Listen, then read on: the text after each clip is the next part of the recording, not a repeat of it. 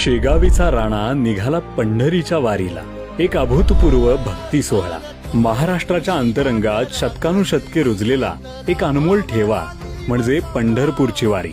ही केवळ एक यात्रा नाही, तर ती आहे संत परंपरेचा जिवंत वारसा.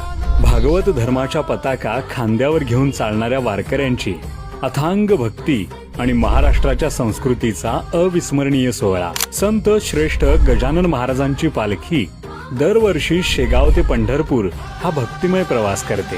सुमारे 700 सेवेकरी विठुरायाच्या आणि श्रींच्या जयघोषात तब्बल 750 किलोमीटर अंतर 33 दिवसात पायी चालत पूर्ण करतात.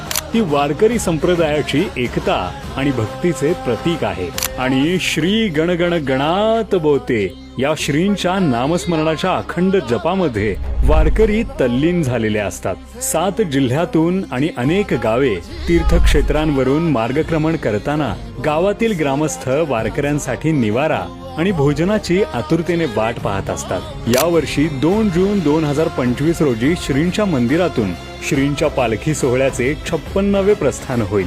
या पालखी सोहळ्याचे आणखी एक वैशिष्ट्य म्हणजे पंढरपूरहून परतीचा प्रवासही पालखी पायीच करते. साधारणतः 22 दिवसात हा परतीचा पावन प्रवास पूर्ण होतो. ही वारी म्हणजे केवळ एक धार्मिक यात्रा नसून ती महाराष्ट्राच्या समृद्ध सांस्कृतिक परंपरेचे आणि वारकरी संप्रदायाच्या अतूट श्रद्धेचे एक अविस्मरणीय प्रतीक आहे.